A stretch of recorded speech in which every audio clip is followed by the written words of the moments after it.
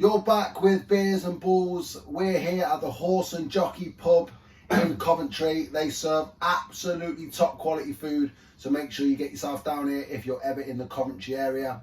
My name's Ellis Lane. This is my good bearded friend Will Davies. Hello everyone. You nearly did that. You went for it. You went for it. Nearly said Davies, but it's Davis. We've established this before. Just want to say as well, they've let us use their pod that they hire out. It's top quality. Got extra heating, lights, all sorts. Really nice in here. Yeah, it is pretty bad, to be fair. So big shout out to Horse and Jockey. Thank you to them. Let's chink. Arsenal, Will. Arsenal. Okay. Out of the Europa League, out of the FA Cup, out of the League Cup. Are they now probably going to put well, they're obviously going to put all their eggs in the Premier League, but is it theirs now? They've got nothing else to worry about. We spoke about this before, and we didn't even think it was theirs even when they had a chance of the Europa. You know, true. So I can't see them winning it. I just can't. I think the wheels have come off. Wow, you think the wheels have completely come off? Well, not completely come off, but they're off the tracks a little bit, aren't they? Do you know what bothers me about it, right? Is everyone's saying Arsenal, great season, great season, great season. They're only fighting for one cup now. Yeah. Whereas when Liverpool were in for all four of them last season and only won two of them, they were talking about it could be one of those seasons that's a bit of a disappointment because it only ended with two trophies, which was the FA Cup and the League Cup. They missed out on the two big ones. A disappointing season. You got to four finals and you're in three finals and within 1 point of the title. But apparently it's a disappointing season. But this year, Mikel Arteta is the saviour and Arsenal have been great. I don't think he is the saviour, is he? He's changed the... You Arteta out? No, not yet. Not yet. Definitely still Klopp out. Definitely still Klopp out. He'll be gone by the end of the season, Klopp. He'll follow Vieira, mate. Down the job centre. No, he won't. Yeah, I think he will. In Klopp we trust. Yeah. Well, I don't know what to say to that. Here's the one for you. It's a very good one for you, Will.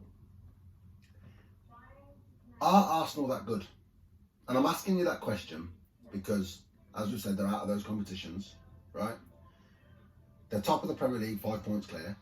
Still got to play Man City. Still got to play Liverpool at Anfield. Mm-hmm. Are they that good, or is the Premier League this season not that good? Well, I think Arsenal's been it's the best team they've had in a while. Let's put it that way. Right. You know, they were strong back in the day, and then they dipped off and they were finishing 5th, 6th. It's the strongest team they've had. As it goes to Premier League, I don't know. You've still got Man City, Man United. They're performing well.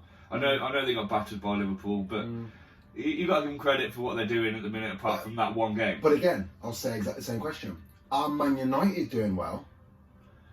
Because the Premier League isn't very good this season. Chelsea are struggling. Yeah. Going for a transition. Liverpool are going for a transition. Tottenham are going for a transition. So the three teams there that would pile loads of pressure on the likes of Arsenal and the likes of Man United, they're struggling this season. Yeah, and then you've got Brighton who are now emerging, who are outperforming. Exactly.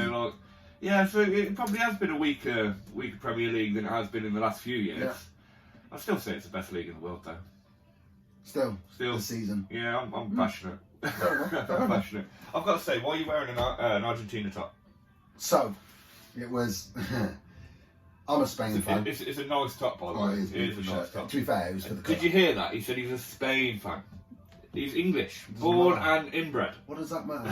What does that matter? I am English, yes, but I follow Spain. It is what it is. I've done it for many years, and it is what it is. But I thought, with the international break, we'll wear our international shirts. I should have wore the Spain one. The reason why I wore this one is because it's a really good shirt, and there is not a story behind it. My favourite player, as we've established before, is Messi, the magician Messi, best player to ever grace the football pitch, in my opinion. And I wore this because this is probably his last World Cup. So in 10 years' time, when Haaland's the best player he's broke all their records, are you a Norway fan? No. Why not? No. So this is my thing, and I've told you this before. You ain't told these. Well, I haven't told you guys. This is my thing, right? Haaland will break all the goal scoring records to discredit what Ronaldo's done. Ronaldo is, for me, the best goal scorer on the planet, right? Through his time, his 12, 15 years time, right? Haaland will go and break them records. But not one of them, Mbappe or Haaland, can do what Messi can do. Not one of them can drop in and play a centre midfielder. Not one of them can be a false nine. Not one of them can be the playmaker as well as the goal scorer. Not one of them. I know we didn't plan on talking about Messi again, but no, we didn't. It's hard not to, isn't it? It is, know, because I've no one's ever got gonna be to like him. agree. He's the most all-rounded 100%. footballer in the world at this present. Well, in our generation, in our era. 100%. Maybe not fully now. Yeah. There might be someone else. That, Yeah, of course. You know, because he's old now. He's old. He's old now. You know With what I mean? Ronaldo, and Ronaldo had to go to Al Nassr to continue banging in the goals because he struggled at United, and that's not disproving anything he is. He is a quality out-and-out goal scorer, and he's a good footballer. He's got the skills, he's got the tricks, he's got the build, he's got the aerial ability on Messi, and he's probably got the defensive physicality over Messi. Mm-hmm. But the all-round attacking play, for me, I mean, look at him in the World Cup, man. Well, you're going on about that. Against Vardy, you're going on about he the headers and the strength. That's Haaland done it now. He's got more strength than Ronaldo already. He's taller. He's got to be a better. Well, I don't know whether he can jump as high as Ronaldo because Ronaldo is basically a basketball player. but that's what I'm saying. He'll break all those records, I believe, and he'll discredit how good Ronaldo actually was. And I think Haaland will do it quicker if he can maintain fitness and be at a good clause like Ronaldo didn't go to great clubs. What's he got in the Champions League now? It's something like 23 in 12 games or something stupid like that. He's the youngest top goal scorer in the Champions League or something random. I'm sure it's like near enough double 100%. 2 goals a game average in Champions League, which is just disgusting. And the argument, the poor argument that many fans will have when it's the Mbappe Haaland row, or is he better than Ronaldo row, while he didn't do it on international level. Well, Portugal are by far superior to Norway. But right? let's again, with Odegaard, I can only really name 2 Norway players. Apologies. I probably should know more Norwegian players, but I don't.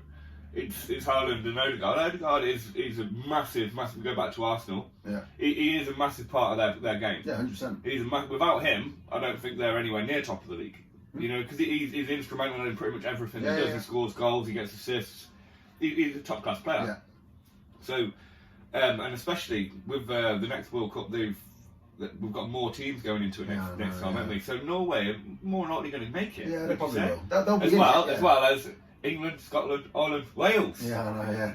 You know, all of us could be in it. Yeah, I don't know how that's going to work out, the World Cup. I haven't really seen the full thing. I know they're ordering more teams and stuff. But they've scrapped the 3-team groups now, haven't they? And made it a 4 team. It's more exciting. But it was good you just touched on Arsenal, though, and Odegaard. Back to last night, real quick. Europa League, where he got knocked out on penalties. Do you think it was naivety by Arteta? Do you think it was poor management by Arteta? Thomas Partey has clearly been their best centre midfielder, holding midfielder. Odegaard has been their best creative midfielder. They both start on the bench. Yeah. They both start on the bench. Is that a problem? Do you think he's thinking they're bigger than their boots? I think they're at home. They thought the crowd will get us through. Yeah, we'll win this game. It's only Sporting Lisbon. We'll do the job. Let's talk about the goal they scored, Sporting. Oh Jesus! It was a great finish. Is Ramsdale's the number 1? Yeah, I mean, yeah, I know it's an error, and it is. I don't think it was an error because it's their style of play. Yeah. It's their style of play. So like, he plays more. It's not a sweeper keeper as such. He's not like Neuer they play a high line. They do. So. And them sort of goals, I would say 1 in a million, but they're not. They get scored more than 1 in a million. Yeah. But it's a freak goal, isn't it? Yeah. You know, he's seen him off the line. He's tried it. He could have sliced it. He could have gone anywhere. Yeah. And to be fair to Ramsdale, if you watch it back, watch how quick his feet move, and he's so close to it. Yeah, he is. He is so close to it. You know, like he was really unlucky with that. And made a top save shortly after that as well. With his yeah. Top save. Yeah. And all the penalties as well, he must have done his research because he went the right way every time. He should have saved 1. He should have saved 2. He got 2 hands to that. He should have saved 2. He got both hands to that one penalty, and he'll be kicking himself today. He will be kicking himself. But he went the right way every time. Yeah. You know, so penalties can be a bit of, you know... Did you know that, or did your dad tell you that because he's a goalie? What? They went the right way every time. No, I watched. Okay, I watched. And I've seen him go the right way. I watched. I was ripping my mate Donny, weren't I? Because he's an Arsenal fan, so like, yeah. Yeah, mate.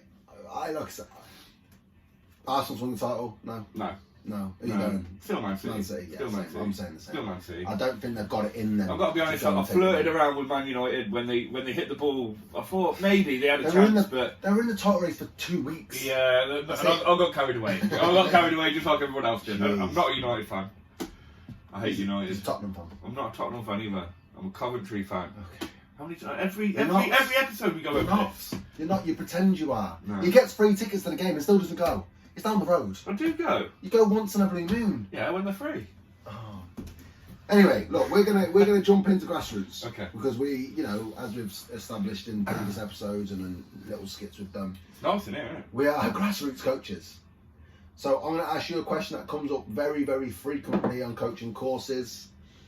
Why do you coach? Honestly, not fabricated bullshit. Why do you coach? I like Saturday and Sunday club with the Bears. Okay, so he likes the beers. No. All seriousness, I coach because I love football. Right. I absolutely love football. I coach the adults because I love football. Mm-hmm. You know, and I wanted to win stuff. You know, and again, I want to prove myself. I want to prove that my tactics are good. When I was a player, I had ideas, and coaches slammed me down as if I was stupid, and I wasn't stupid, and I wanted to bring them to fruition. Is that the right word? Fruition. Fruition, But fruition, almost. whatever. Yeah.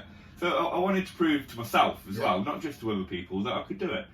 And with the kids, especially when I come in with the kids, watching them develop is just, it's amazing. There's not much, you know, after training, you come away, you're buzzing. Yeah. After games, win or lose, you're downhearted, but they're still developing, you know. So for me, it's all about football. It's all about the love of football. So you coach for a love of football, you desire to win, and when it's working with the kids, you want to see that development, right? And that was an honest, genuine answer. Yeah.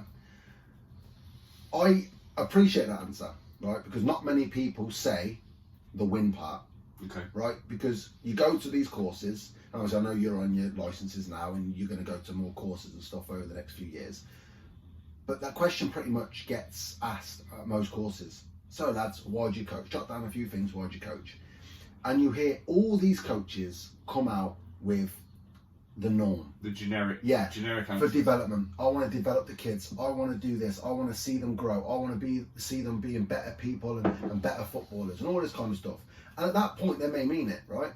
But Tim, who coaches Cane Hoy Dolphins on a Sunday afternoon or Sunday morning, don't worry about it. Cane Hoy Dolphins, don't worry about it. Right? That's your American term, isn't it? Right. There's no team called Dolphins in England, mate. Someone that goes and coaches them, who says, you know, it's all about development and building better people and creating relationships and watching the kids grow. He's the same coach on a Sunday morning with his Cane Hoy Dolphins team, screaming at little Johnny because he's in the wrong position. And guess what age he coaches? Under 10s. Yeah. And that's why I don't believe people say the truth. I coach because I love football. I'm the same as you. I love football. I want to win. It's you know, it's a desire to win and be, you know, the best. We haven't planned that question either. He's really caught me off the cuff there, so I'm glad I said it. It's the truth. It's 100%. You want to win. We've had a discussion about wanting to win, and not enough people do. And on top of that, of course, the development factor. Yeah. That's why we do it. We don't just do it for the crack. Do you know what I mean? Okay, we do a bit of Saturday club after. Yeah, but it is self-satisfaction as well. Yeah, you've got to admit it is. Do you know what I mean? Like, we're sitting top of the junior prem. Proud of that. Yeah, you know what I mean? Like, yes, it's a cynical God. I don't even believe in God, by the way. Let's not get involved in that. But you know what I mean? Like, you shouldn't be proud of yourself. Why shouldn't you? Yeah, you know, what we're achieving here is great. Yeah, you know, 100%. so yeah, we're proud of it. And I'm proud of the boys. And I'm going to say, there's people that are jealous of us. Yeah. Do you know what I mean? There are people that are jealous of us that think that they know better. Or, do you know what I mean? There's always going to be that. Yeah, there's always going to be that. And I think from a coach's standpoint, and I can speak on the coaches I've interacted with over the 14, 15 years I've been involved in coaching, there is an element of ego. One coach knows better than another coach. Mm-hmm. You could be running the same session, but that coach is going to believe his version was the best because of A, B, C, D, and he got this coaching point in, and this coach will feel he got the best because he got this coaching point in, but both of them are bullshit. You don't coach to coaching points, you coach to what you see. Yeah. And that's the problem, and I think that's the issue when it comes to why do we coach. I don't think enough people are honest about it. Do you think there's too many clones? Coaching clones? What I call them is cowboys. Okay, cowboys. Is that your American term? That's another American term. Yeah. I call them cowboys. They come out of these courses and they think they know it. Yeah, and they're delivering the same thing that they just learned. They ain't actually teaching football. Yeah, they're not. You know, they're teaching what they've been taught. 100%. I've got to create a session plan here. It's got 5 coaching points. I'm going to go in. Okay, point 1. Okay, can we receive on the back foot? Oh, perfect. Half of them I'm not even then watching to see if all the kids have mastered that. Mm-hmm. Coaching points. Okay, positive. First. All right, Alan Freeze. after you've took that, opening that on your back foot, receiving on the back foot, you've got to take a positive first touch. Even though Johnny, Mary, Sam and James still haven't mastered the receiving on the back foot, but he's moved on. Yeah. Don't care. Yeah. And that's what I'm saying. They're coaching to a manual instead of coaching to the reality of the session. Mm-hmm. And that, I think, is the problem with some of the coaching over in this country and in the US. 100%. And I think it's... That's what I was saying when I played. Yeah. I had my ideas and I was just getting slammed down left, right and centre. Mm-hmm. You know what I mean? So I took it, and to be honest, when I took over the adults team, I didn't have no real coaching experience. I hadn't even had any badges or anything. Just do it. I never had any courses because it was pub football. Yeah. But I was still running training sessions to how I thought it should have been run. Yeah. And there was a lot of enjoyment in it. I know you come back from America and you took a couple of my actual sessions over to America and taught your American kids and got paid for it. And I was just doing it as just fun. Do you know what I mean? But I do think that more coaches need to be honest in the reasons why they coach and make sure whatever they say and whatever they feel they deliver on the sidelines, because nothing pains me more, mate. And is it definitely nothing to do with money? Or do you think some coaches only coach to get paid as well? Yeah, right, that's an interesting question. I think it depends on the level. I think a lot of coaches want to coach that top level, right? Whether that's academy, whether that's JPL, whether that's they want to be able to coach a team where they can see, progress, and they're playing in a competitive league. And if they do want to win, and they're honest about wanting to win and feel like they're winning, and it's not just all about development, all about taking part, which we hear, 9 times out of 10 these days, then they'll want to coach at a high level. When it comes to those coaches that are doing it voluntarily, I honestly take my hat off to them. I genuinely do. I genuinely do take my hat off to them. But be assured that you are a volunteer, but you've got to still elevate yourself and try and be better. It's no good just, being with your Sunday league team as a parent of one of the kids or whatever, and then just happy to rest there. You've got to elevate your knowledge so you can elevate their development. In turn, that elevates the factor that you could then win, which is what you should want to do. You want to win, not just be there for the crack. Mm-hmm. And developing them as people and as players, and developing you and making you a better coach to go further. Yeah, because while I've been doing some of the courses, there's definitely knowledge in them. Yeah. They're manuals. Yeah, it's not common knowledge to Joe Bloggs, who's a Sunday league player. Yeah. So there is a lot of knowledge you can gain. Yeah. But I definitely agree with you. I don't think you should just be rigid and stick with certain things. You've got to go with the flow of the training session as well. Surely, if you notice someone who's doing something really wrong, then obviously you're going to talk about that. Oh yeah, mate. You're not just going to think, I'll talk about that next week. Yeah. Because that's not on my agenda today. Yeah. Do you know what I mean? Mate, there's many times that we've had a session and I'm thinking, right, we're going to do some, phase of play to goal today. I want to work on this, connecting, playing off the forward man, etc., etc. And all of a sudden, the defensive unit are absolutely all over the place. Like, we're getting through way too easy. So I flip it. I can't have my defensive unit being that weak. Okay, I can't really focus on them now because I'm not going to get the reward. Yeah. If I just allow them to keep attacking, it's not realistic. No. Because we're going to go to a game on a Saturday and we're not going to be able to perform that way because the defence is going to be stronger. So my job then in that session is to tighten up the defence and make it hard and challenging for the attackers to be able to play through. Once I've got that right, then I go back to the attackers and say, right, break that down. Mm-hmm. That's how you do it. Yeah. Whereas I don't think that happens enough. It's progression through the session, isn't it? Exactly. Progression through the session. That's a pretty good term. It is, yeah. Progression through the session. You heard it here first. But yeah, it is. 100% is. You've got to coach what you see, not what you want to see. You know what I mean? Yeah. But one thing I don't like, Will, and it's still in regards to coaching. It's not really off grassroots, but it's where you start, right? Every coach starts at grassroots and works their way up, and hopefully they become a Premier League coach, manager, right? Do you think it's fair that ex-pros get fast-tracked? No. I don't. But there are some of them that have been coached by the top coaches in the world. But that don't make them a good coach? No, it don't make them a good coach, but it makes their knowledge of coaching quite high. No, it makes their knowledge of the game quite high. Okay, yeah, you know what I'm saying. You know what I'm getting at. Yeah. You know, It's when coaches like Guardiola was under Bobby Robson. Mm-hmm. Do you know what I mean? Like, I'm sure he got fast tracked. Well, do you know what I mean? One of the best coaches in the world. Guardiola was in Barcelona B. He was, I know. So he had to do his time. Yeah. But still, Barcelona B straight away. I get that. Do you know what I mean? Like, you've got grassroots. But when you've got Lampard landing in Chelsea, that's ridiculous. It's ridiculous. But again, he was taught by Bobby Robson, who was apparently one of the best coaches in the world of that era. Yeah. You know, and before him, weren't he with Cruyff? Johan Cruyff, yeah. Yeah, I'm sure Bobby Robson took over from Cruyff. Yeah. So Guardiola would have been under both of them. Right. So he's had a mix of both of their styles. Yeah. And which he talks about a lot in his books. And he's probably cloned a bit of both of them to make him. Yeah. Do you know what I mean? Yeah. So there is a bit of a shout for it, in my eyes. But it doesn't work for everybody. No, of course it don't. Yeah. You already have to be that type of person. I mean, even in grassroots when I was playing, you know, I can't say that anyone I really played with, apart from maybe one or two, have even tried coaching afterwards. They finished football and that was it. They were done. Yeah. They just wanted to play. Yeah. You know, they didn't have the proper love for football that I have. So You know what I mean? why do the ex-pros get the chances? Like, do you know what? I was at a course, right? It was Tom Bates, the future coach. A little shout out there, Tom Bates, the future coach. It was like a little seminar at the Birmingham City training ground, and Lee Carsey was there. And I actually asked him this question. He was saying that he landed his first gig at U18's Cov. Then the next one was the U23 at Cov. And he said himself, you know, I was out of my depth and I had to, you know, take other routes to where I am now. And I asked him, so how do we get that opportunity? You're an ex-pro, so you've landed that, you know, who you know, not what you know. How does someone like me, who's coached for 15 years, for me, has a good knowledge of the game, working towards my A license, how do I get that U18 job? And his answer was volunteer. My problem is, we're all working people, mate. Yeah, we ain't got the time to volunteer 3-4 nights a week and then on a Saturday or a Sunday. We have jobs to do. We have a normal life.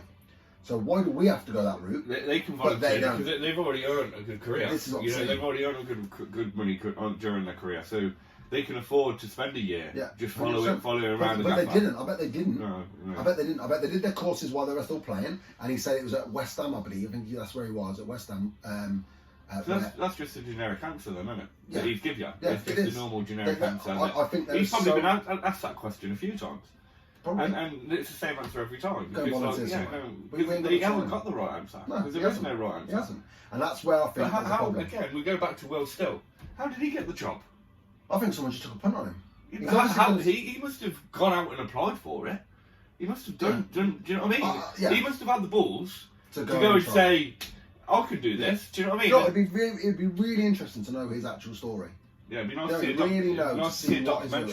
How he came to be where he is. It really now. would be, because that's so he's unusual. The mold. It's so unusual. 100%. And he's got to have gone up, you know, like, and just said, look, I've got these badges and I've coached the I won the league on Premier Manager. Yeah, do you know? He must have coached before. He must have coached before. I mean, he was A licensed when he so. Yeah, so he must have won things, and he must have a decent CV. Just not at that level, so they've obviously took a massive gamble on him. Barca took a gamble on Guardiola. I know he was an ex-player, but he was at Barca B. They took a gamble on him because they were going to go for Mourinho at that time, and they said, "I don't think he fits our image. Let's go Guardiola." Lost his first few games. Everyone was hammering the board, and all of a sudden, bang! Created the best team. I think on the field. That's a necessity, mate. Is going into coaching and losing a few. You know, if you go into coaching and you just hit the ground running. You don't know how to deal with it when it does it. When it does it. I mean, I did it with the adult team. The adult team, I couldn't win to save my life, and people were like, "Yeah, this ain't gonna last." And then people were laughing at me, you know, like left, right, and centre. And it pushed me. It pushed me on to get it right, to make sure I got it right. Then we won one game on penalties. We went 15 games unbeaten after that. What would you change then? What would you change to get people the opportunity at the high level without the volunteering aspect? If we knew that, then we'd have a course set up and there'd be people signing up to come and do it. Yeah. You know, if it was that easy and I had the answers for you. Do you think the FA needs to do more? Yeah, the FA definitely. The FA needs to offer more. Yeah. Like on the A licences, I've registered my interest. I've got all my CPD hours. I don't think I'm going to get on that course. No. Because there will be a shed load of people that are, you know, probably still in the FA system, probably playing, you know, League 2, Conference, something like that. It's education. Unless they've just got it one for players. I think it's education because there's a lot of say the pub coaches. Yeah. You know, adult coaches.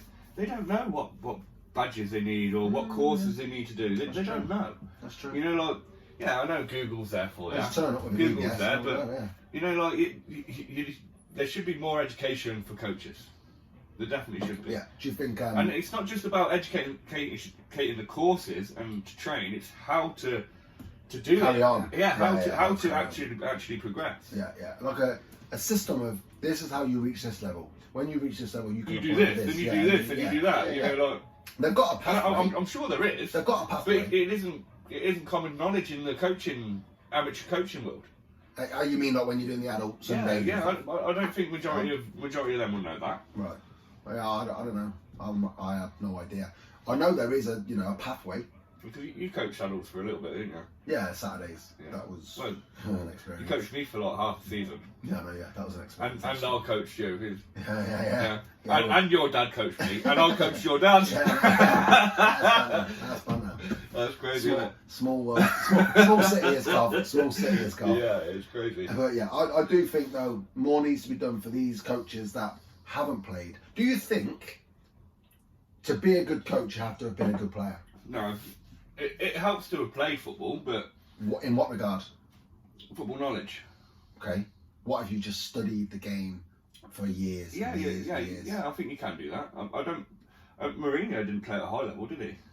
I would say the only thing that needs to happen, you don't have to be an exceptional player. You haven't had to play at a high standard, but you've got to have the ability to demonstrate, the knowledge to communicate, and the ability to demonstrate. There is no point in me, like even at our sessions. I know I've been carrying a bit of an injury, so I haven't been able to do it. But even at our sessions, me telling John, right, mate, I need you to open up and zip a ball out there. But you can't But I actually, can't because a lot of kids they don't learn from just Yeah, through they talent. learn from seeing It's as well. Visual learning, Yeah. isn't it? You know, like it's one of the easiest ways to learn visual learning. 100%. And if I can't do it, if I'm unable to do it, yeah, I can get a child to do it, put the pressure on them a little bit. But it's good if the person telling them can actually deliver it. Oh, well, yeah, he can do it. So I've got to try and do this now. I think. Are you getting at this like for the what's it called, the bleep test? Yeah. Because I can't do the bleep test anymore. Is this a dig at me? No, I reckon you should do Is it. this a dig at my belly? I reckon you should do the Is this what bleep you're test doing? when the lad's next to it. Oh god, no chance. He won't get past level 1.2. I was really good at the bleep test at school. I used to win it 9 times out of 10 because I was like a stick. I was just. And then he met my old friend Carly. No, I didn't. It was when I retired from football. It just always. What age did you retire? 32. He retired at 32. I broke my collarbone twice in 1 year, and my arm's never been the same. I know, because apparently you play football with just your arms. No, but I was a defender, so like if I ever went to ground.